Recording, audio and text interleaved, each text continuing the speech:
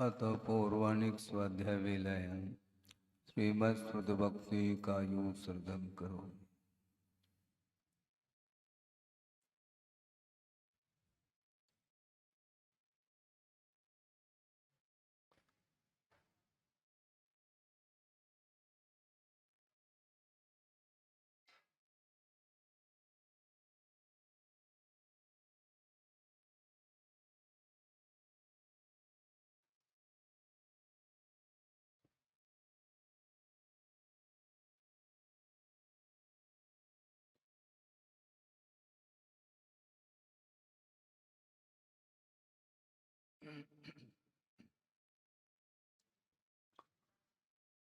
ओकारं बिंदु संयुक्तं नित्यं ध्यायन्ति योगिनः कामदं मोक्षदं चैव ओंकाराय नमो नमः। अविरल शब्द घनौघ प्रक्षालित सकल भूतल कलंका मुनिविरपाशुतीर्था सरस्वतीर्तनो दुरितम् अज्ञानतिमिरान्धानां ज्ञानाञ्जनशलाकया चक्षुरुन्मीलितं येन तस्मै श्रीगुरुवे नमः। परम गुरुभ्यो नमः। परम्पराचार्य गुरुभ्यो नमः। सकलकलशविध्वंसकं श्रेयसां परिवर्धकं धर्मसम्बन्धकं भव्यजीवमनप्रतिबोधकारकमिदं शास्त्रं श्री कार्तिकेयान् प्रेक्षाणां ध्येयम्।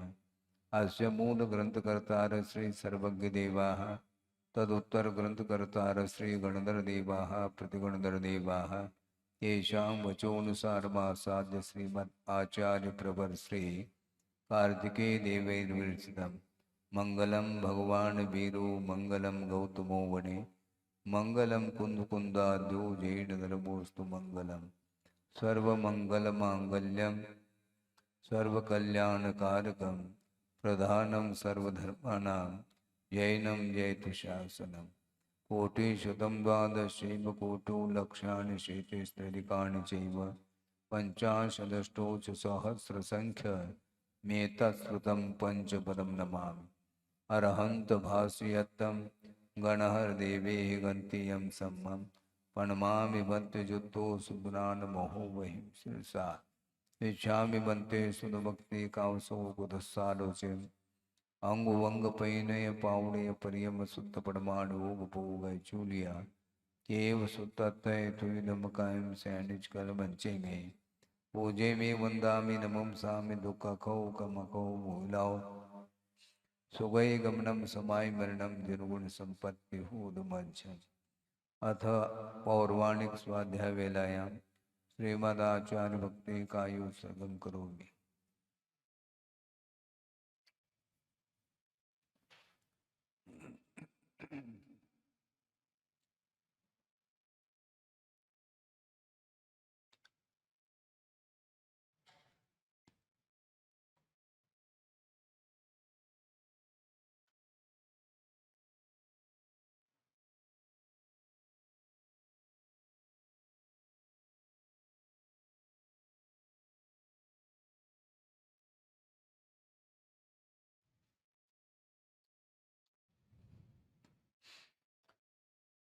सुदजलधिपारगेभ्य स्वपरमत विभावना पटुमतिभ्य सुचरितपूर्णिदेभ्यो नमो गुरुभ्यो गुरुगुरुभ्य।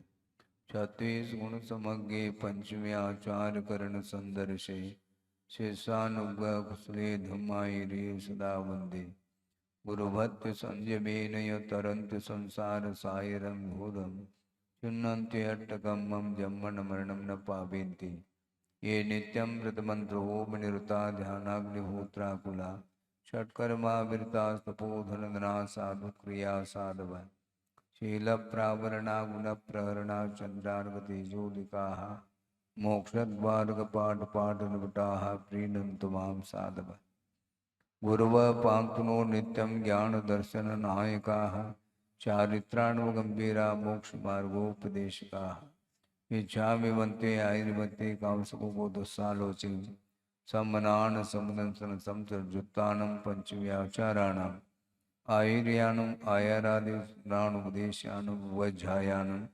तिरयनुगुणपालुरयानं सौसानं शयनिष्कलमञ्चे मे पूजे वे वंदामि नमुंसामि दुःखखौ कमखौ भूविलाओ सुगई गमनम समाय मरणम जिनगुण संपत्ति होद मज्ज तिहुवन तिलयम देवम वंदिता तिहु निंद परिपूज्यम ओचम अनुपेहावो भवीय जनानंद जननी वो।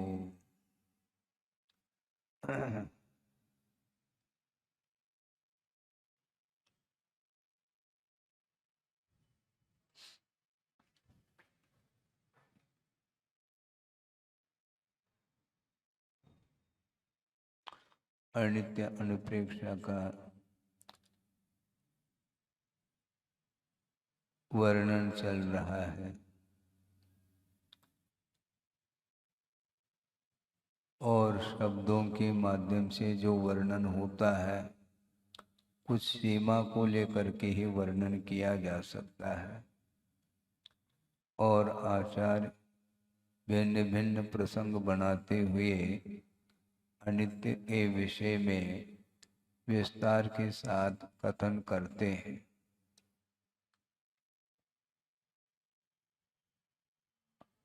लगता ऐसा है कि वस्तु नित्य है,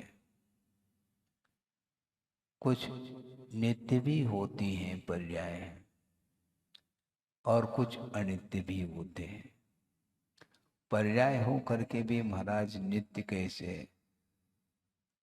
व्यंजन पर्याय के अपेक्षा से नित्यता देखने में आती है। जो अकृत्रिम होते हैं उनमें नित्यता पाई जाती है। जैसे सुमेरु पर्वत, वो अनादि काल से वह खड़ा है पर्वत पहाड़, और अनंत काल तक वह वैसा ही खड़ा रहेगा। इस अपेक्षा से उसमें नित्यता देखने को मिल रही है, किंतु एक दृष्टि से उसमें भी अनित्यता देखने को मिलती है, क्योंकि जो पौद्गलिक पदार्थ हैं उनका संगठन होना और विघटन होना ये प्राकृतिक परिणाम माना जाता है। उमा स्वामी महाराज ने तत्पर सूत्र में स्पष्ट किया है कि स्निग्ध रूक्षत्वाद बंधः, स्निग्धत्व और रूक्षत्व गुण के माध्यम से ही वो सारे परमाणु संगठित हो जाती हैं और उसमें एकत्व बन जाता है। संगठन होना और विघटन को प्राप्त होना, ये दोनों प्रकार की परिणति होती रहती है। कुछ परमाणु जुड़ जाते हैं, कुछ परमाणु बिखर जाते हैं। बिखरना और संगठित होना ये पुद्गल का स्वभाव है, उसको नकारा ही नहीं जा सकता। किंतु लगता ऐसा है कि यह पर्वत नित्य है। वह व्यंजन पर्याय का अर्थ अनेक समयवर्ती जो पर्याय होती है उसको व्यंजन पर्याय की संज्ञा दी है, किंतु सूक्ष्म परिणमन उसमें भी होता रहता है, वह दृष्टि का विषय नहीं बन सकता। इस अपेक्षा से अनादि नित्य पर्याय की भी व्यवस्था आगम में दी है। अनादि नित्य ये हो गया अकृत्रिम जितने भी हैं, मेरु पर्वत हैं और स्वर्गीय विमान हैं, सूर्य विमान, चंद्र विमान आदि आदि, ये सारे ये नित्य हैं, इनका कभी भी अभाव नहीं हो सकता। किंतु इसमें भी ये पौद्गलिक होने के कारण परमाणुओं का बिखरना और संगठित होना ये बनता ही रहता है। इस अपेक्षा से प्रत्येक वस्तु क्षणिक है, ये विवक्षा बना करके यहाँ पर वर्णन किया जा रहा है। और ये मोह की ऐसी परिणति है कि वस्तु की अनित्यता को हम जानना चाहते हैं, किंतु मोह के कारण उस ओर दृष्टि नहीं जा पाती है, इसलिए वह उसमें नित्यता का बोध होता है, नित्यता का भान उसे होता है कि वस्तुतः वह नित्य नहीं है, ये कहा जा रहा है।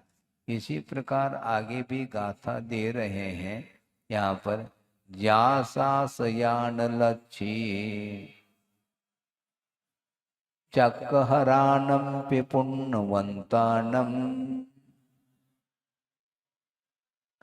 सा किं वन्देयरयम् यरजनानम् अपुण्णानम्। जो पुण्यशाली जीव नहीं हैं उनकी हम क्या कथा करेंगे। जो पुण्यशाली चक्रवर्ती आदि होते हैं उनकी भी वह लक्ष्मी, उनकी भी वह संपदा वैभव शाश्वत नहीं है, तो इतर लोगों की हम क्या कथा करें। जो पुण्यशाली नहीं, थोड़े वो धन संपदा अधिक है, वो कैसे नित्य हो सकती है। चक्रवर्ती जैसे बड़े बड़े पद को धारण करने वाले जो होते हैं, 63 सलाह का पुरुष आदि, उनका भी वह पुण्य समाप्त होता है, क्योंकि यह पुण्य कर्म के उदय में वह वैभव प्राप्त होता है। और कर्म, पुण्य कर्म का अभाव हो जाए फिर वह रहेगा कैसा, नहीं रह सकता। लेकिन आगम में सारा विषय आया है, इसके बाद भी मेरे जीवन में थोड़ी आने वाला है।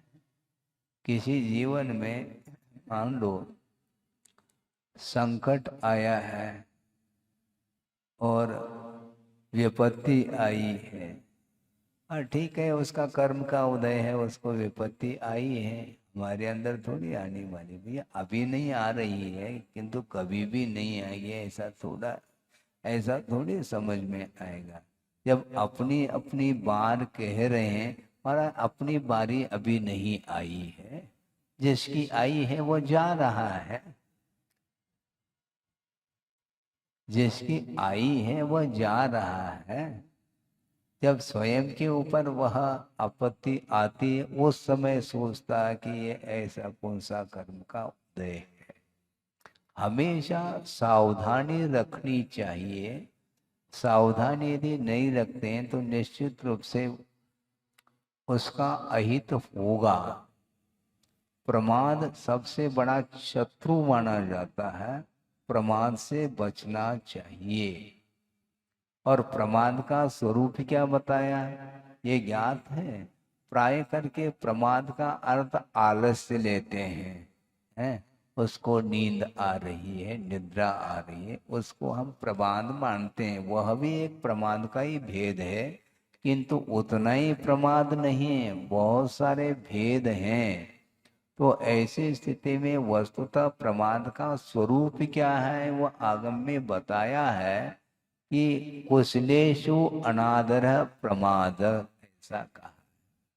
कुशल कार्य क्या है, जो धार्मिक कार्य होते हैं उसमें अनादर का भाव रखना यह प्रमाद माना जाता है। सांसारिक कार्य में तो वह उत्साहित होता है, किंतु धार्मिक कार्य में वह अनुत्साहित होता है। अनुत्साहित क्यों होता है, क्योंकि धार्मिक क्षेत्र में केवल त्याग के अलावा कोई बात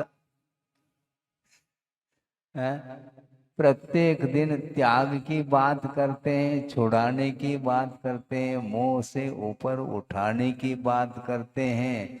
वो बात महाराज हमें समझ में नहीं आती है, इसलिए अरुचि पैदा होती है।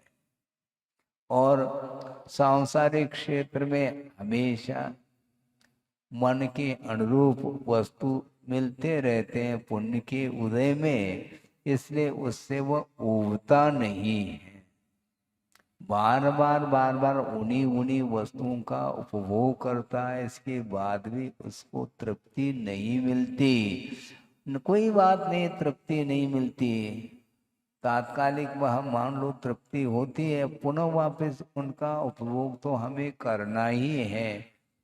इसलिए वह उस प्रकार वह आगे बढ़ता चला जाता है सांसारिक क्षेत्र में, और धार्मिक क्षेत्र में प्रमाद महाराज प्रमाद को कैसे जीते हैं? प्रमाद के माध्यम से, असावधानी के माध्यम से जो हानि उठानी पड़ रही है, उसको देखते हुए भी वह अलर्ट नहीं होता, सावधान नहीं होता, होना चाहिए। और कुछ ऐसे साधन सामग्री जिसको अपना लेता है और उसके माध्यम से ही उसको परेशानी उठानी पड़ती है। लेकिन प्रतिदिन ये घटनाएं देखने को, सुनने को मिल रही हैं, इसके बाद भी उससे वह बच नहीं पा रहा। अकाल मरण के निमित्त कितने प्रकार के होते हैं सबको ज्ञात है। लेकिन अब देखो, पूरे भारतवर्ष की मैं बात करता हूँ, प्रतिदिन एक्सीडेंट के माध्यम से कितने लोगों का अकाल में मरण होता है, आपको ज्ञात नहीं है क्या? प्रतिदिन न्यूज़पेपर पढ़ते हैं, उसमें सारी सारी आपको जानकारी मिलती है।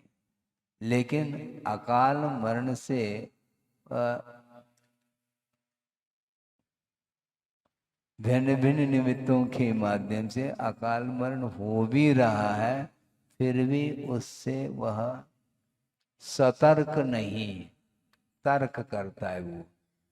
ये तो समस्या है। तर्क वितर्क मत करो, सतर्क रहो, ये कहा। लेकिन नहीं होता। अभी कुछ ही दिन पहले एक विमान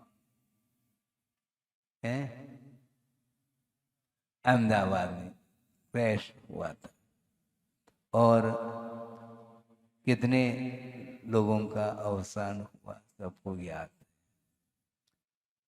ये सब देखते हैं, इसके बाद भी वाहन को खरीदने वालों की संख्या कम नहीं हो रही। अब उनके लिए हम क्या कहें? ये सामग्री इस प्रकार हम अपना रहे हैं, अभी तक हमें ये बात समझ में नहीं आती कि बैलगाड़ी के द्वारा एक्सीडेंट हो गया हो किसी का, और बैलगाड़ी उसके, वो तो उसके मार्ग ही अलग है। पगडंडी से वह बैलगाड़ी में वह किसान बैठ करके जा रहा है खेत के लिए, वहां पर कोई भी ट्रैफिक नहीं है जो जाम हो गया हो, जैसे जबलपुर में लाड़गंज में हो रहा है। प्रतिदिन परेशान हो रहे लोग, और वो जा रहा है, खेत जा रहा है, 2-4-6 किलोमीटर बैलगाड़ी के माध्यम से जाता है, आता है आराम के साथ, कोई भी प्रदूषण नहीं उससे। और बॉम्बे में देखो, दिल्ली देखो, सर्वत्र आप देख रहे हैं कि वातावरण प्रदूषित हो जाता है, शुद्ध हवा तक नहीं मिल पाती।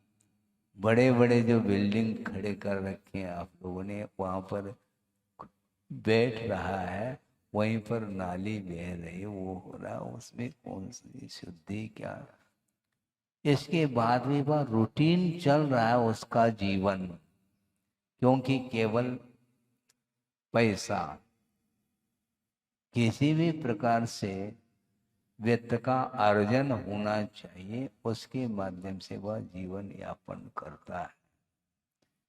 ध्यान नहीं है, जीवन जीने की कला तक नहीं आ रही है, आरोग्य भी समाप्त हो रहा है और धर्म तो समाप्त हो ही रहा है। इसलिए प्रमाद छोड़ो ऐसा कहा जा रहा है, फिर भी नहीं, शुद्ध खान पान भी नहीं है, और जीवन जीना चाहता है।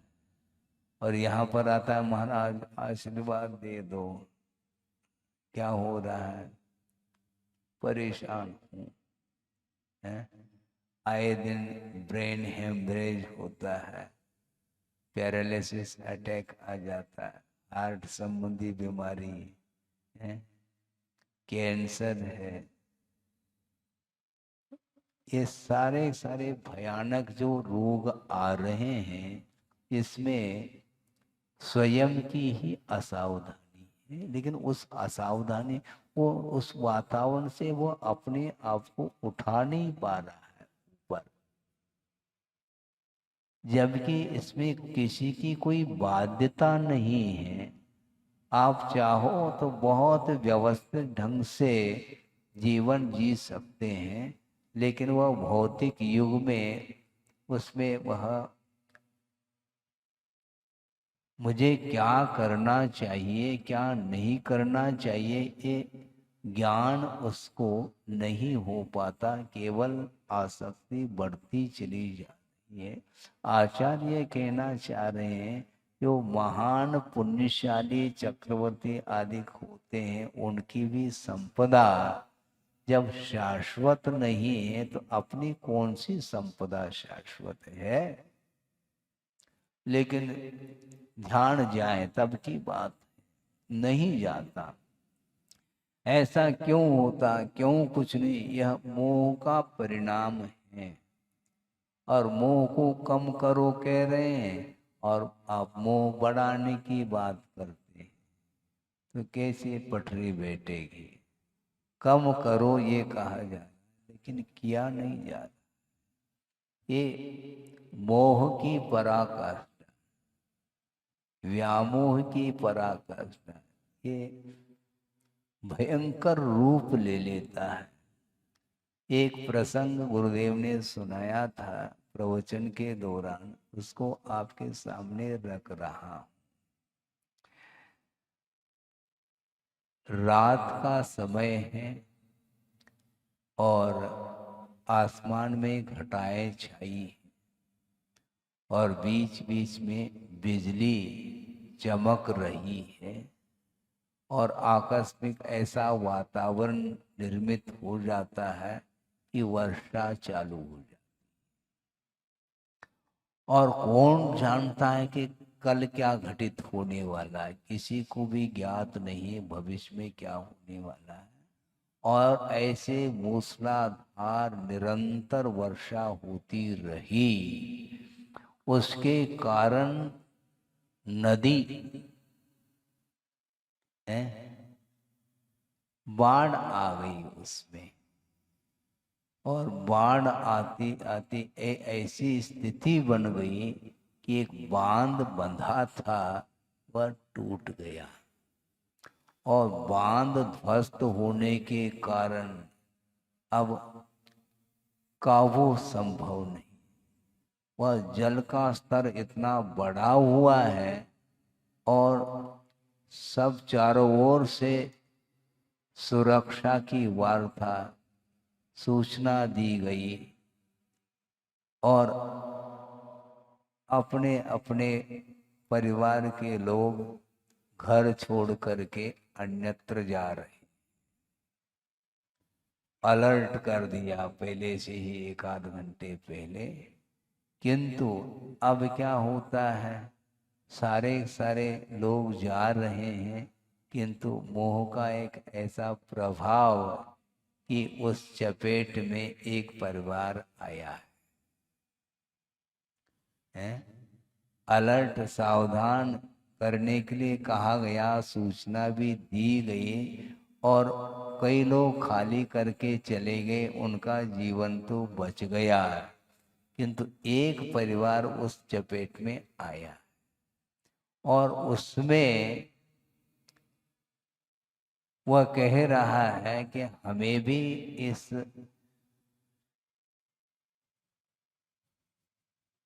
जो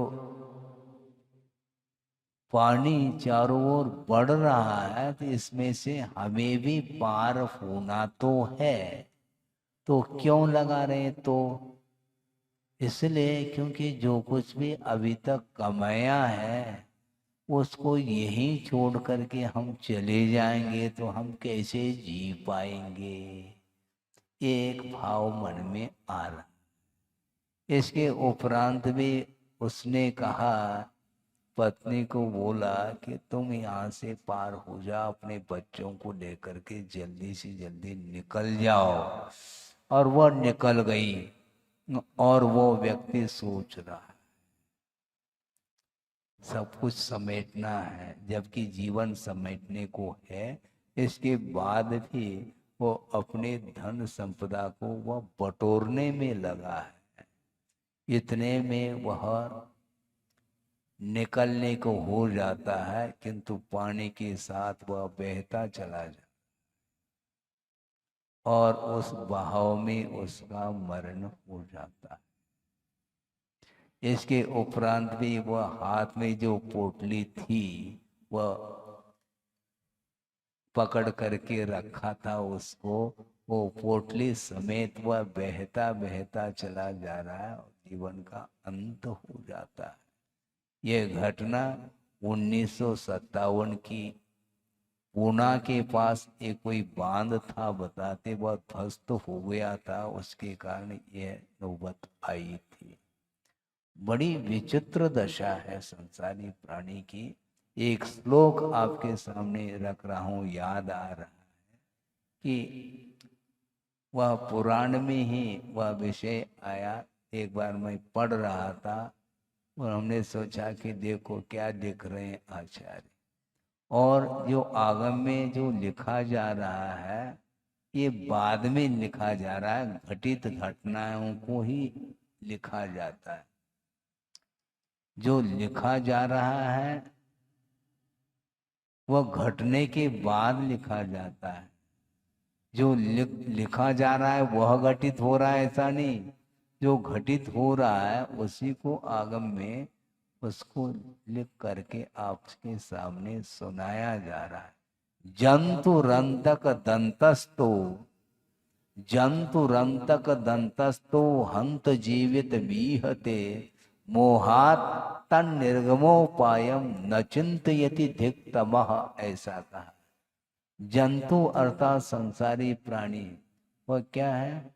अंतक दंतस्तः, अंतक बोलते हैं मृत्यु, और दंतस्तः मृत्यु रूपी दांतों तले वह आया है जीव।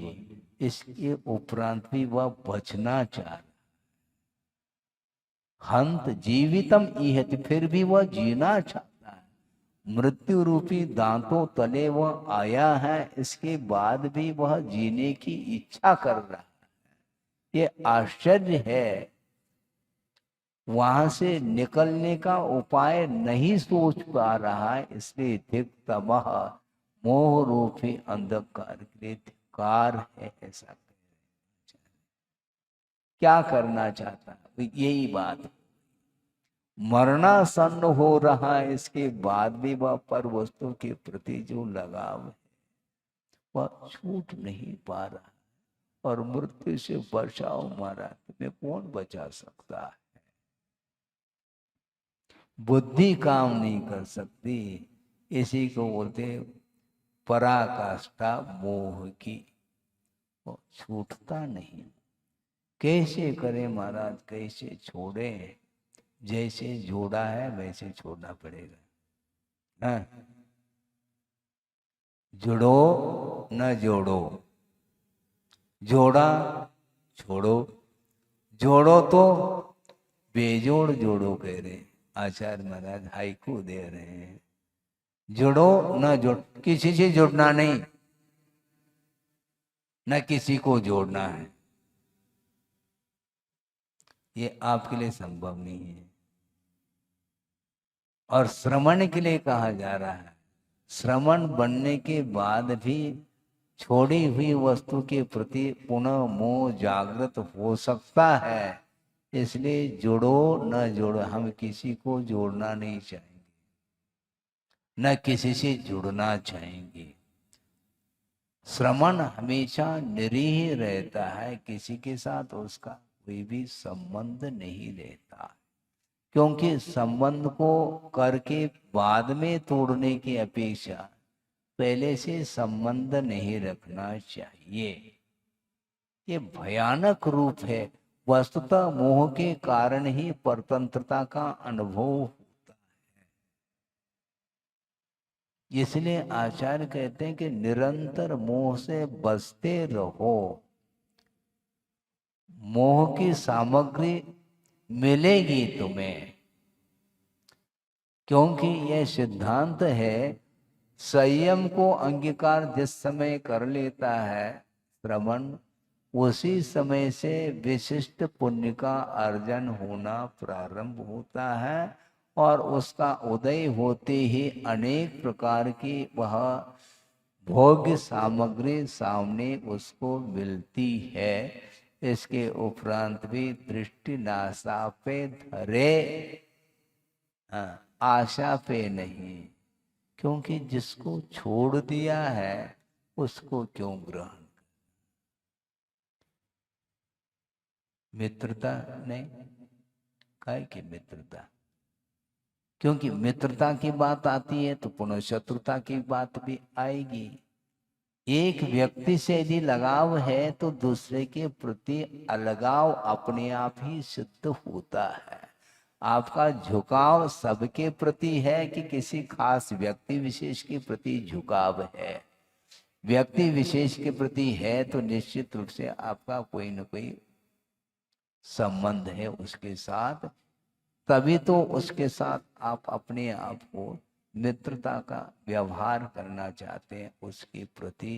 किंतु आचार्य कहते हैं ये लौकिक मित्रता ठीक नहीं है, ये तात्कालिक है, इसमें स्वार्थ है और स्वार्थ अथवा अपना प्रयोजन जब तक सिद्ध होता है तब तक उसके प्रति बहुत वह स्नेह के साथ बर्ताव रखता है, लेकिन उसमें थोड़े बहुत भी गड़बड़ी आ गई तो पुनः वापस वह बिखराव। इसी को बोलते, पहला संगठन हुआ, स्निग्ध रूक्षत्वाद बंध,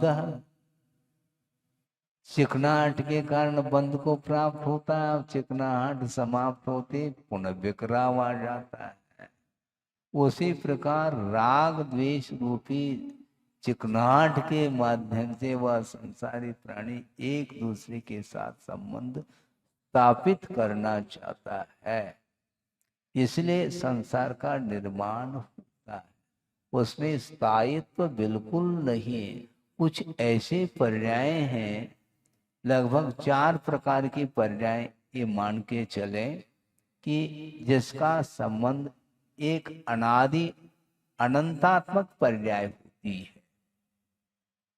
वो कौन सी पर्याय है? अनादि अनंत अभव्यत्व भाव, वो कभी समाप्त नहीं, अनादि काल से वह अभव्यत्व रूप पर्याय चली आ रही है और अनंत काल तक वो बनी रहेगी। इसको बोलते हैं अनादि नित्य पर्याय, क्योंकि अभव्यत्व का अभाव संभव नहीं है, क्योंकि यह पारिणामिक भाव है, कर्म सापेक्ष भाव नहीं है। कर्म सापेक्ष भाव नहीं है तो ये अभव्यत्व भाव आया कहां से महाराज? आया नहीं है। ऐसे कैसे है? प्रकृति स्वाभाविक यादव, ये स्वाभाविक परिणति है। अभव्यत्व भाव, अभव्य किसी को बनाया नहीं गया, न किसी को भव्य बनाया गया है, न अभव्य भव्य बन सकता, न भव्य अभव्य बन सकता। यह कर्म निरपेक्ष भाव माना जाता है।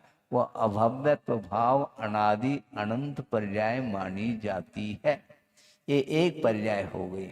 अब अनादि शांत पर्याय, भव्यत्व भाव का अभाव हो जाए मुक्त होने के बाद। वह अनादिकाल से वह भव्यत्व भाव आया है, वह समाप्त होगा। भव्यत्व भाव उसको बोलते हैं जो होने की क्षमता, मुक्त होने की क्षमता जिसके अंदर है, और वह क्षमता उद्घाटित होने की क्षमता जिसके अंदर है, वह भव्य माना जाता है। मोटे रूप से रत्नत्रय को प्राप्त करने की क्षमता, योग्यता जिसके अंदर है और उसको उद्घाटित करने की क्षमता है, वह भव्य माना जाता है। किसी ने बनाया नहीं और उसकी पहचान भी नहीं। समस्या खड़ी हो गई। भव्य और अभव्य कौन है, इसका परिज्ञान छद्मस्त अवस्था में संभव नहीं, अर्थात यह दिव्य ज्ञान का विषय है। केवली भगवान ही जान सकते हैं कि कौन भव्य है कौन अभव्य है। तो महाराज हमारे अंदर तो आकुलता बनी रहेगी फिर तो, क्योंकि आप भी नहीं बता पाएंगे कौन भव्य और अभव्य, क्योंकि ये केवली भगवान का विषय है। तो हम तो बड़े विकल्प में आ गए। आकुलता हमें होती है महाराज, आप जल्दी बताओ। तो आचार्य कहते हैं जिसको आकुलता वह भव्य है, क्योंकि अभव्य को आकुलता होती नहीं। उसको मुक्ति से कोई सरोकार नहीं, कोई प्रयोजन नहीं। उसको मोक्ष तत्व के प्रति उसका श्रद्धान होना ही नहीं है, और वह अपने स्वभाव को छोड़ नहीं सकता। न मुयदि पैडिम अभवो, अपने प्रकृति को वो छोड़ नहीं सकता। सुठवी अध्यायदून सत्तानी, अच्छे ढंग से शास्त्र का अध्ययन भी किया है, फिर भी वह अपने प्रकृति को अपने स्वभाव को छोड़ नहीं सकता। गुड़ दुद्धम पिबंता नपन्नया निमिषा फूंती। पन्नग बोलते हैं सर्प को, और उसको आपने पिलाया दूध मीठा मीठा जिसमें गुड़ मिलाया, मान लो गुड़ दुद्धम पिबंता न पन्नगा निविषा होते, वह सर्प निर्विष नहीं हो सकता है।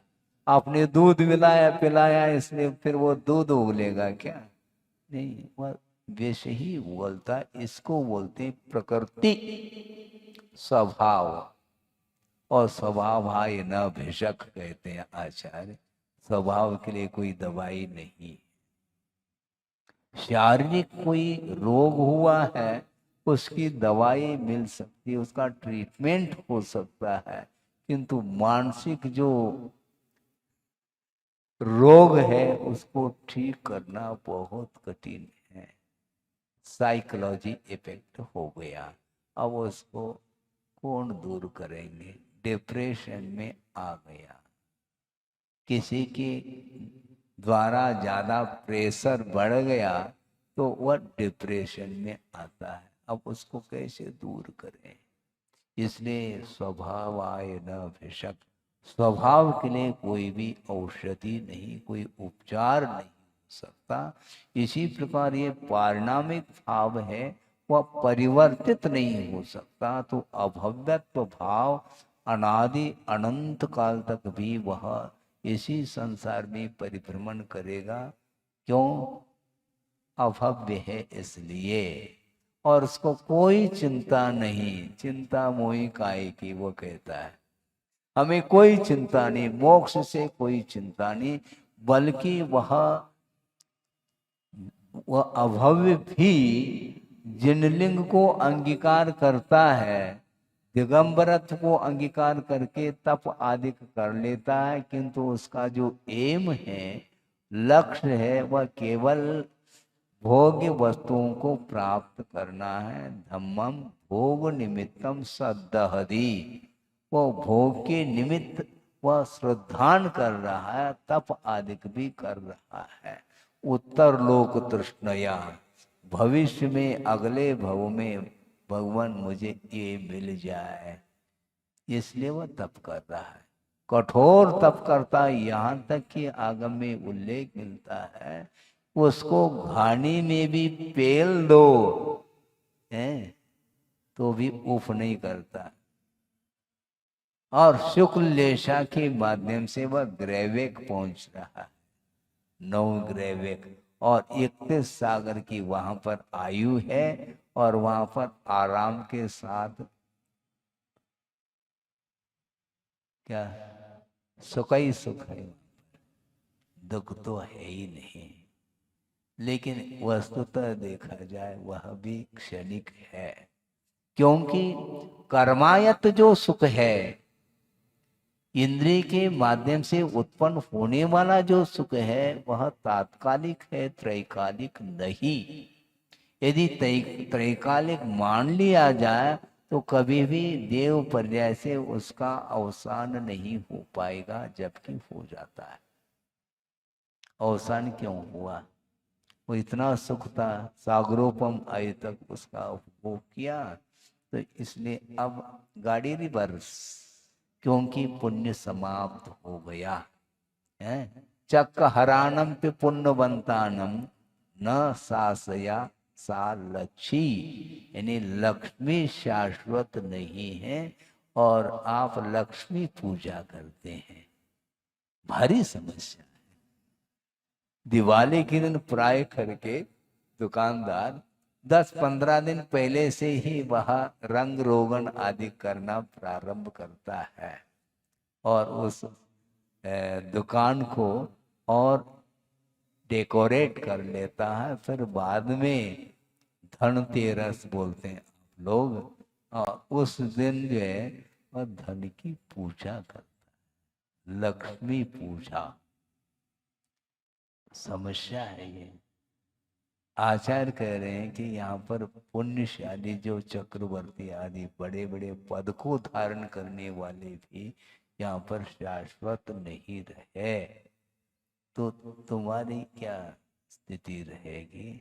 इसके बाद भी उस वो दृष्टि हमेशा बनी रहती है। तो ऐसी स्थिति में अभव्य भव्य नहीं बन सकता। इसके बाद भी लौकिक सुख के लिए इतना प्रयास कर रहा है कि उसको घानी में भी पेल दो, उफ नहीं कर रहा है। कितनी क्षमता होगी, किंतु आचार्य कहते हैं इस प्रकार के तप से कोई भी प्रयोजन सिद्ध नहीं होने वाला, ऐसा कह रहे हैं। क्यों? समता नहीं है। तो इसमें भी विषमता है क्या? हाँ, बिल्कुल बड़ी विषमता। यानी समता कोई अद्भुत चीज है। कुंद स्वामी स्वयं कह रहे हैं वह वनवास किस काम का? मास मास तक उपवास करना और वन में रहना, आतापनादि तप का सहारा लेना, यानी तप करना और सिद्धांत का मनन और मौन सदा निभाना। मौन भी रहना, किसी के साथ वार्ता नहीं, और अकेले जाकर के तप कर रहा है। भयानक उपसर्ग होने के उपरांत भी वह अडिग रहता है, किंतु भीतर उसकी दृष्टि और कुछ नहीं, इसके माध्यम से मुझे वो मिल जाए। मुक्ति से कोई प्रयोजन नहीं उसको, और जिसको मोक्ष से कोई प्रयोजन नहीं है तो उस तप से क्या प्रयोजन फिर? तप किस लिए कर रहे हो? शरीर को कृष करना क्या प्रयोजन है? वह शरीर जो है ना, वह तप नहीं कर रहा है, उसका तप ही जल रहा है। तप के द्वारा कर्म भस्म नहीं हो रहे, तप ही भस्म हो रहा है, क्योंकि इंटेंशन भिन्न है, अभिप्राय उसका लक्ष्य ही भिन्न है, प्रयोजन ही भिन्न है।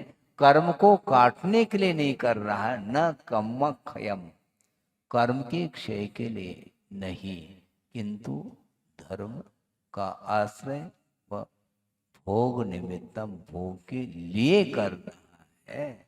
इसलिए इतना श्रम करने के उपरांत भी उसको मिलना क्या है? वही मिलता है। इसलिए आचार्य कहते हैं तुम मांगोगे तो थोड़ा मिलेगा, और बिना मांगे तुम्हें मुक्ति मिल सकती है, लेकिन हमें नहीं चाहने, मुझे नहीं चाहिए। ठीक है, दे कौन रहा है तुम्हें? तुम्हें नहीं चाहिए, कौन दे रहा है? कैसी वृत्ति है संसारी प्राणी की? इसी को बोलते अभव्य। उसको मोक्ष से कोई प्रयोजन नहीं है, मात्र इंद्रिय संपदा, इंद्रिय के माध्यम से जो विषय का उपभोग होता है वह वैभव मुझे मिल जाए। अब सोचो, विचार करो, इस प्रकार के 9 ग्रैवेक जो गया है वह अनंत बार गया है, और किसके द्वारा? मुनिव्रत धार। इसलिए कहते महाराज मुनि बनना ठीक नहीं, व्यर्थ है, गलत बात है, ऐसा नहीं, ध्यान रखो। मुनिव्रत धार अनंत बार ग्रैविक उपजायो, पै निज आत्म ज्ञान बिना सुख लेशन पायु। कह रहे आत्मा का ज्ञान करो ना, और आत्मा का ज्ञान जो होगा वह बिना मुनि बने संभव नहीं है, ध्यान रखो। मुनि बनने में क्या सार है? तो हम कहते हैं जो अनंत बार मुनि बनने के उपरांत भी कल्याण नहीं हुआ है महाराज, तो अनंत बार खाया है तो उससे क्या प्रयोजन? ये नहीं, ये क्यों नहीं कहता?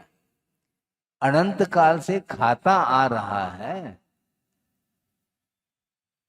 हैं? खाते में क्या है? खाता आ रहा है, इसके उपरांत भी तृप्ति नहीं हो रही, ये नहीं बताता। वंस मोर कह रहा है इसके लिए, और उसके लिए कुछ भी नहीं कहता है। व्यर्थ नहीं है वो, क्योंकि हमारे स्वयं के परिणामों में कमी होने के कारण ये दशा बन रही है। मुनि बनने की सार्थकता कैसे सिद्ध होती है? कर्म क्षय के लिए यदि तप करता है तो मुनि बनने की सार्थकता सिद्ध होती है, नहीं तो इसी प्रकार का उसका परिभ्रमण चलेगा। तो अभव्य का परिणमन वह अनादि अनंतात्मक है, और जो भव्य है वह मुक्त हो सकता है, किंतु अभी तक हम मुक्त नहीं हो पाए। महाराज हमारी क्या स्थिति रहेगी फिर?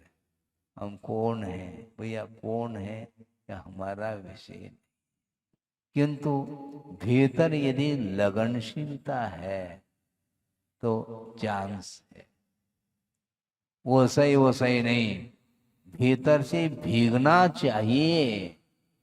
समुद्र में हमने पहले भी कहा था, समुद्र में गहराई में बहुत बड़ा पाषाण खंड करोड़ों अरबों साल भी हो सकते हैं, वह पड़ा है, किंतु वह पाषाण खंड बाहर से तो भीगा हुआ है और भीतर तो वही सूखा है? उस पाषाण को फोड़ेंगे तो भीतर क्या नमी देखने को मिली? क्या नहीं? क्यों? भीतर जा ही नहीं पा रहा। रात भर मूसलाधार वर्षा हो गई, किंतु एक कटोरा भी नहीं भर पाया। विस्मय होता है, इसमें क्या विषय? विस्मय की बात नहीं, कटोरा इसलिए नहीं भर पाया क्योंकि कटोरे को उल्टा रखा है, वो कैसे भरेगा भाई? यही हो रहा है। रात दिन धर्मामृत की वर्षा होने के बाद भी वह एक कटोरा भी नहीं भर पा। उपयोग रूपी कटोरे को हमने उल्टा किया है, इसलिए उसमें कहां से वह अमृत आ पाएगा, भर पाएगा? संभव नहीं। तो आचार्य कहते कहते कहते थक रहे हैं, किंतु संसारी प्राणी के ऊपर कोई असर नहीं पड़। क्यों नहीं पड़ रहा है महाराज? सर हो तो असर पड़े, दिमाग हो तो असर पड़े। दिमाग काम नहीं कर रहा।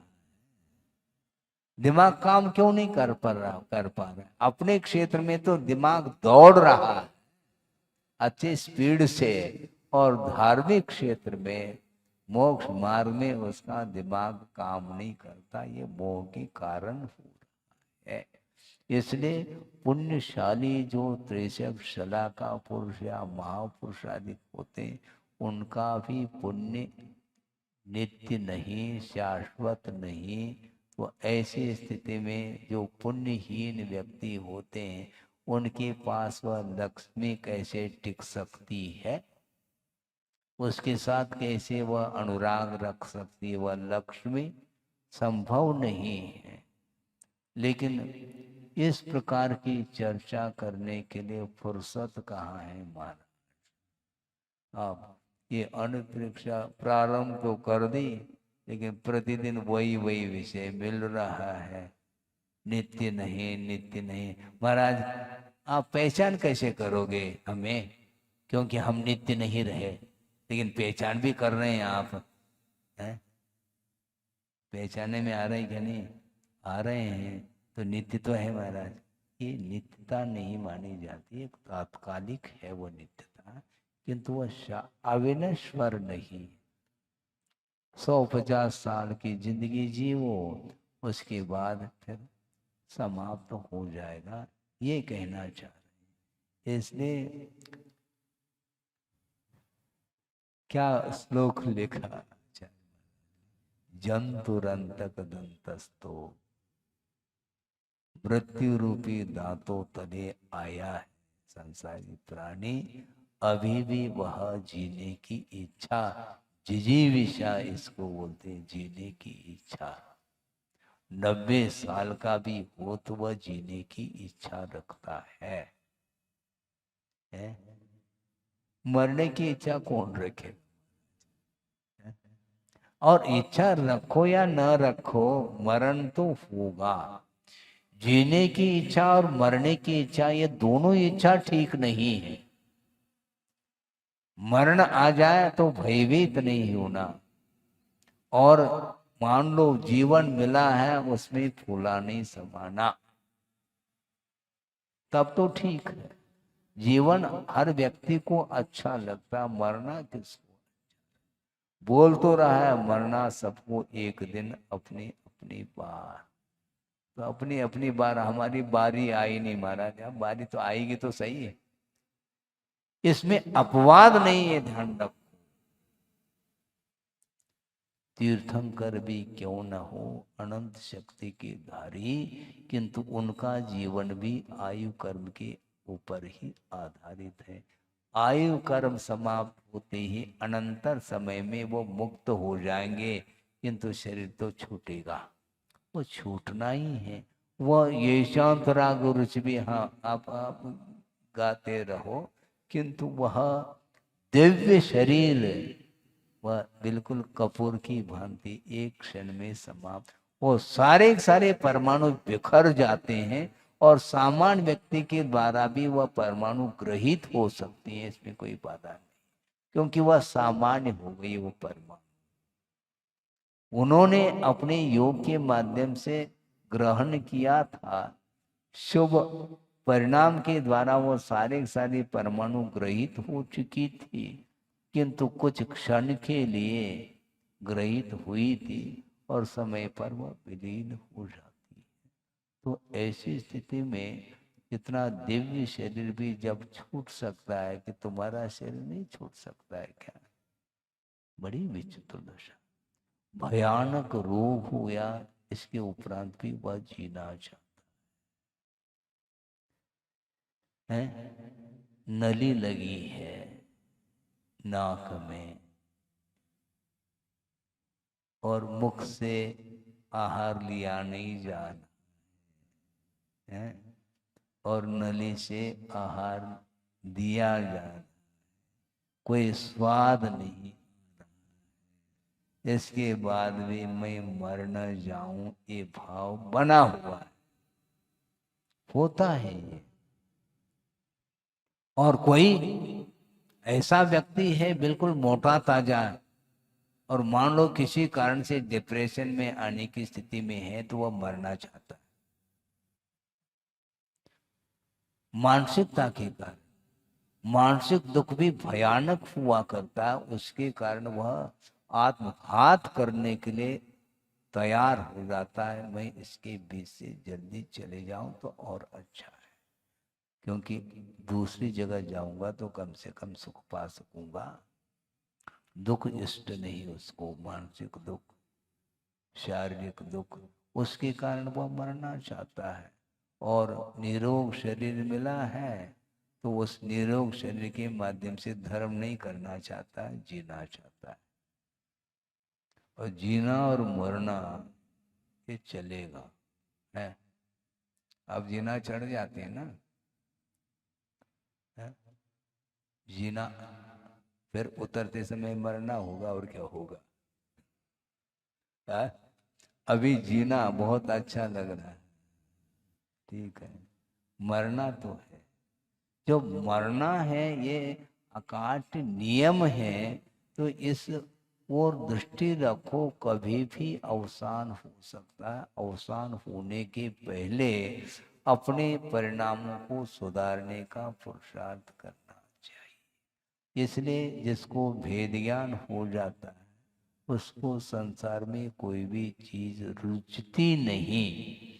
और गुरुदेव ने यही कहा था कि वस्तुतः जो वैरागी होता है उसको संसार में कोई भी चीज अच्छी नहीं लगती, और अच्छी नहीं लग रही है तो निश्चित रूप से उसके अच्छे लक्षण दिखाई पड़ रहे हैं। वो रुचित क्या, क्योंकि ये सारे सारे विषय तात्कालिक सुख को देने वाले हैं, किंतु इसका परिणाम जो है वह दुखमय निकलेगा। हाँ।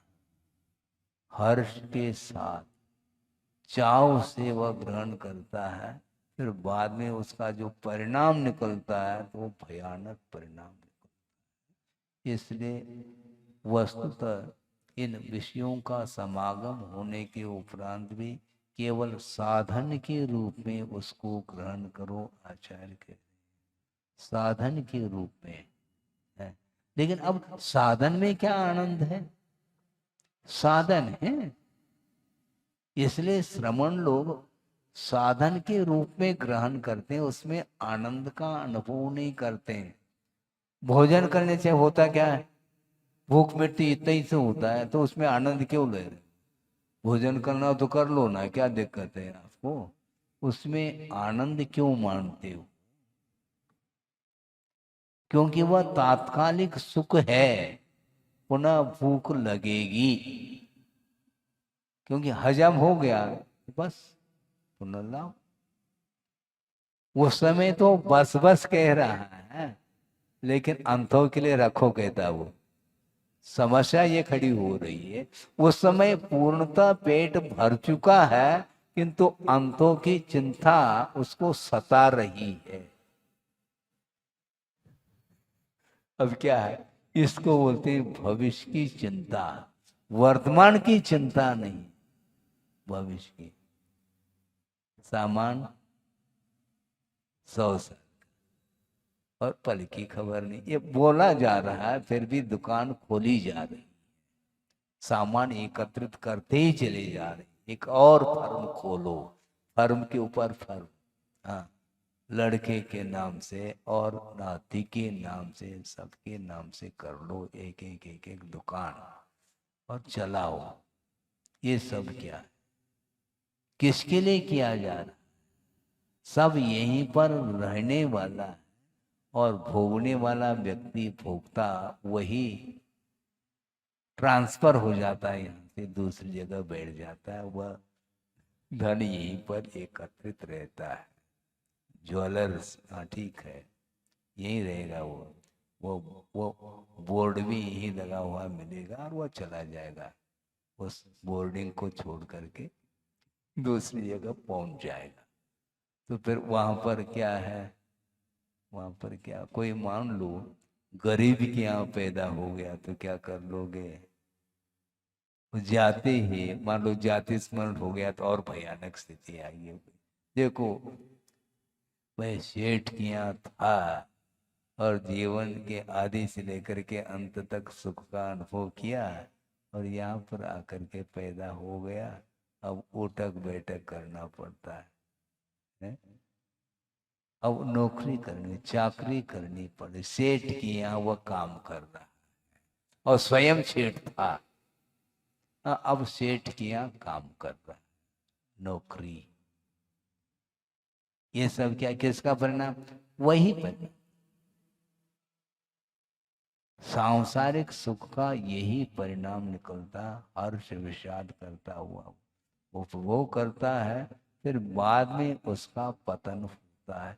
ये पतन के लिए कारण है। इस प्रकार श्रद्धान कर लेना। श्रद्धान करने में भी क्या दाम लग रहा है? पैसा लग रहा है क्या? पाप का बीज है ऐसा कहा जा रहा है, पढ़ा नहीं क्या? पढ़ा है शास्त्र में, वो उसी में वही पढ़ा है, वही वही पढ़ा है वो। वो उपयोग में नहीं आ रहा, प्रयोग में आना चाहिए। ये कर्मायत्त है, अंत को प्राप्त होने वाला है, दुख से घुला हुआ है, सुख की निरंतरता नहीं है, और अंत में ये कहना चाह रहे हैं कि पाप का वह बीज है। ये विषय कहाँ पर आया है? निकांक्षित अंग में आया है। जब यह इंद्रिय सुख पाप का बीज है, तो ऐसा कौन सा व्यक्ति होगा जो पाप का बीज बोना चाहता है? इंद्रिय सुख के लिए अरबों रुपए एकत्रित कर रहा है, क्या उसकी धारणा है क्या नहीं कि ये पाप का बीज है? पढ़े तब, पढ़ा ही नहीं उसने, सुना ही नहीं, सुन भी लिया तो एक कान से सुन करके निकाल दिया है, तो हम क्या कर सकते हैं? जब वह पाप का बीज है तो इतनी आसक्ति, इतनी आकांक्षा ठीक नहीं है। जितना आवश्यक है उतना आप कमा लो, क्योंकि गमाना पड़ेगा बाद में जीवन को, इसलिए उतने ही कमाओ जितना आवश्यक। जब पाप का बीज है, ये श्रद्धान का विषय नहीं है क्या? जब इतना श्रद्धान का विषय है तो इतना क्यों कमा रहे हैं आप पीढ़ी दर पीढ़ी? क्या आवश्यकता? लेकिन वह आकांक्षा बनी रहती। उस समय हम ये पूछना चाहते हैं, इसलिए आचार्य कहते हैं कि सम्यक दर्शन का क्या, उसके कौन से चिन्ह है, क्या पहचान है, हमें बताओ। क्योंकि 8 अंग है, 8 अंगों का पालन होना चाहिए, तब वह सम्यक दर्शन बना रह सकता, नहीं तो वह समाप्त होगा। तो 8 अंग पल रहे हैं? 8 अंग पल रहे हैं क्या? क्या पालने में पालना चाहो क्या उसको? 8 अंगों को कहाँ पलेंगे, हमें बताओ। भयंकर रूप है ये। समझ में आने के उपरांत भी उसको जीवन में उतारना नहीं चाहता, पसंद नहीं। ऐस आराम के साथ रहना तो ठीक, रहो। फिर अनंत काल रहना तो कोई बात ही नहीं, रहो, आराम के साथ रहो। आराम कहाँ मिलेगा उसमें? नहीं मिल सकता। वो पाप का बीज है। इस प्रकार एक बार भी श्रद्धान हो जाए उसका बेड़ा पार हो सकता है। जब पाप का बीज है तो क्यों बीज बो रहा है? वो किसके लिए कहा जा रहा है पाप का बीज? इंद्रिय के द्वारा उत्पन्न होने वाला जो सुख है वह पाप का बीज कहा जा रहा है, और वह देहात को छोड़ करके महानगर में बसना चाहता है। तो क्या करना चाहता है, मैं बताऊं ना, है? मतलब वहां जा करके, क्योंकि यहाँ पर व्यवसाय नहीं चल पा रहा है, और वहां पर जा करके वो व्यवसाय बढ़ाएगा, है? चौपाट पर, फवारे पे, है? क्या करना चाहो? अच्छा तो नहीं लगता महाराज, आप कह रहे हैं इसलिए, और हमें कहें तो वही अच्छा लगता। यही तो समस्या है। वो पाप का बीज है, और ये जनवाणी है, जनवाणी नहीं है, ध्यान रखो, भगवान की वाणी है। आचार्यों ने उसको आप तक पहुंचाने के लिए आगम की रचना की है, और आगम के ऊपर भी यदि हम मान लो श्रद्धा नहीं करेंगे तो हमारा क्या होगा? कौन बताने वाले हैं? आपस में एक दूसरे को बता नहीं पाएंगे आप, क्यों? चोर शोर से एक दूसरे को क्या बता पाएंगे आप? जो आप कर रहे हैं वही दूसरा भी कर रहा है, तो आप दूसरे को क्या बताएंगे? क्लास फेलो नहीं बता, क्योंकि वह फेल है क्लास में। क्लास फेलो का अर्थ क्या है? फेल है वो। वह सहपाठी है, किंतु दोनों एक ही पार्टी है, सहपाठी। क्यों? दोनों ने एक ही पाठ पढ़ा है, इसलिए एक दूसरे को क्या पढ़ा पाएंगे? वो नहीं पढ़ा सकते। इसलिए देव गुरु शास्त्र के प्रति श्रद्धा का भाव जागृत होना बहुत कठिन है। इसलिए साता की उदीरना ठीक नहीं आचार्य।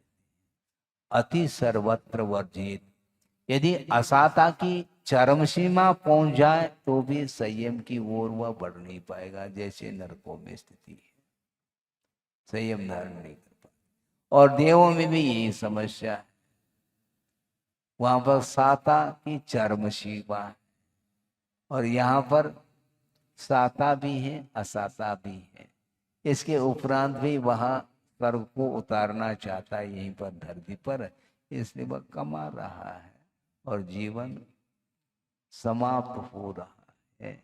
इसलिए पाप का बीज है, इस प्रकार श्रद्धान करो। जिसका पुण्य का उदय है वही कर पाता है, प्रत्येक व्यक्ति की वश की बात नहीं है। समय आपका हो रहा है, वो तो होगा, क्योंकि अनित्य तो है। 1 घंटा निकल गया, किंतु संयम के साथ यदि निकल गया तो अच्छा है।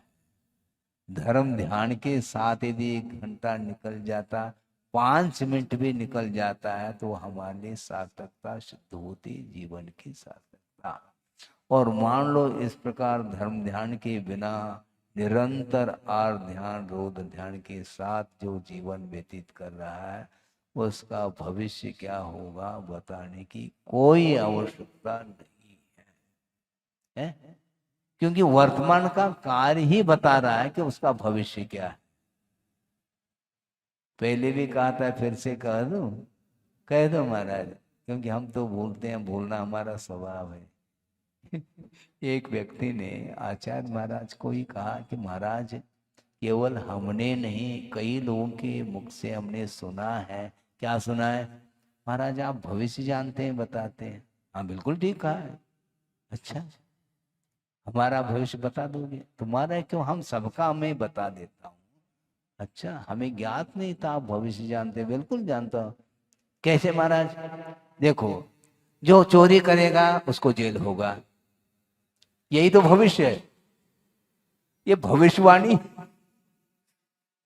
और कौन सी वाणी, हमें बता दो।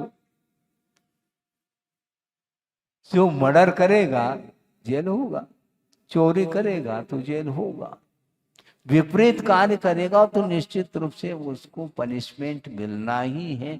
यही उसका भविष्य है। वर्तमान में जो जिस रूप में जीवन यापन करता है उसका भविष्य उसके हाथ में है। हाथ देखने की कोई आवश्यकता नहीं। हस्त रेखा, काय की रेखा है? वो रेखा ही बता रही वो। जीवन जीने की जो शैली वही बताती है कि आपका भविष्य क्या है, तैयारी किसकी हो रही।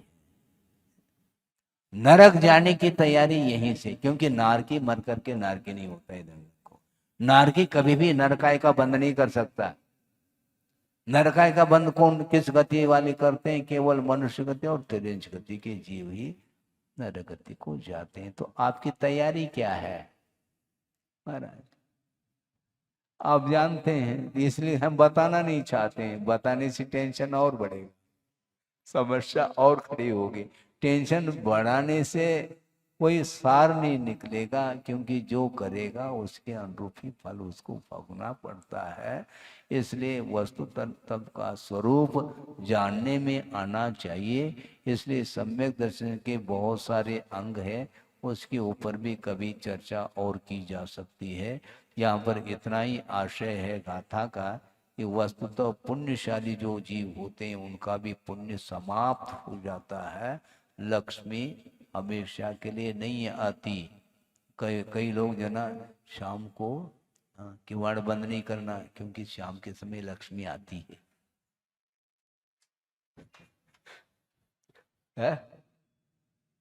दिन में नहीं आती, शाम को आती महाराज, ये कहावत है। अच्छा ठीक है भैया, खुले रखो और चोरी हो जाए तो सारे सारे दरवाजे खुले रखे, और मान लो अच्छी हवा आ रही है, अनुकूल वातावरण है, मान लो नींद लग गई तो फिर लक्ष्मी आएगी नहीं, चली जाएगी वो, ध्यान रखो। इसलिए न आती है न जाती, एक एक एक धारणा है वस्तुतः, लेकिन उस धारणा से वो ऊब नहीं पा रहा है, ऊपर नहीं उठ पा रहा है। इसलिए गाढ़ श्रद्धान होना चाहिए, श्रद्धान के माध्यम से ही कल्याण होता है। बोधि समाधि परिणाम शुद्धि स्वात्मोपलब्धि शिव शोक सिद्धि चिंतामणिम चिंतित वस्तुदाने त्वां वंदमानस्य ममास्तुते। परम पूजाचार्य गुरुवर श्री विद्यासागर जी महाराज की